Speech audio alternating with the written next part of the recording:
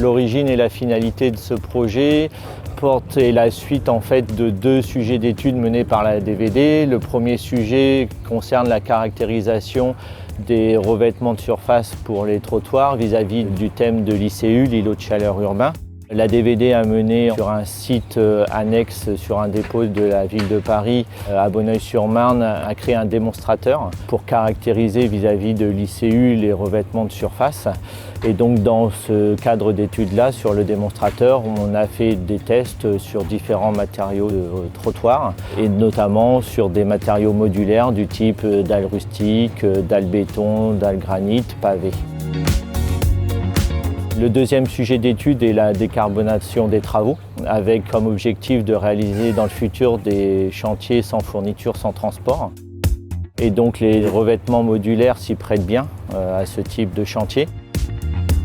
Nous cherchons un substitut à nos dalles rustiques, matériaux historiques de la ville de Paris dont aujourd'hui la fourniture n'est plus possible. Et donc on a eu l'idée d'employer des pavés de béton en substitut de ces dalles-là. Ces deux sujets d'études, on a été amené à être en contact avec la FIB pour proposer des solutions en pavé béton bas carbone. Ce cahier des charges-là, une fois établi, la FIB l'a fait passer au niveau de ses industriels adhérents.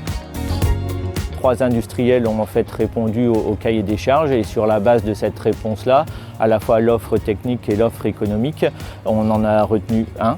Les caractéristiques finales recherchées sont à la fois sur des caractéristiques mécaniques, donc bien sûr la résistance à la compression du béton pour améliorer en fait la durabilité de produits, des caractéristiques un peu innovantes sur la résistance aux épaufrures et puis la perte de masse, puisqu'en fait si on veut réaliser des chantiers où le matériau est réemployé in situ, il faut qu'au niveau du démontage et du réemploi, le produit ne s'abîme pas.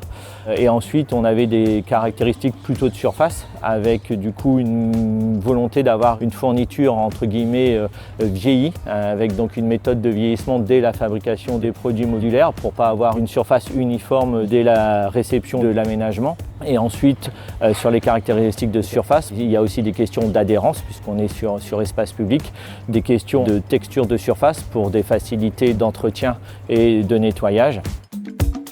Et puis bien sûr des caractéristiques de teinte en corollaire avec nos recherches sur la réduction des îlots de chaleur urbains.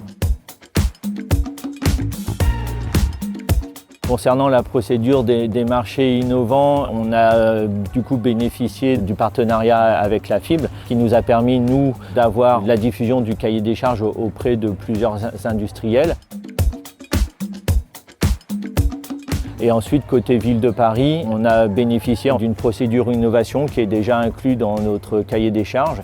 Et ici, sur la rue Boulard, ce site faisait l'objet d'un aménagement global suite à des travaux sur la thématique des rues aux écoles.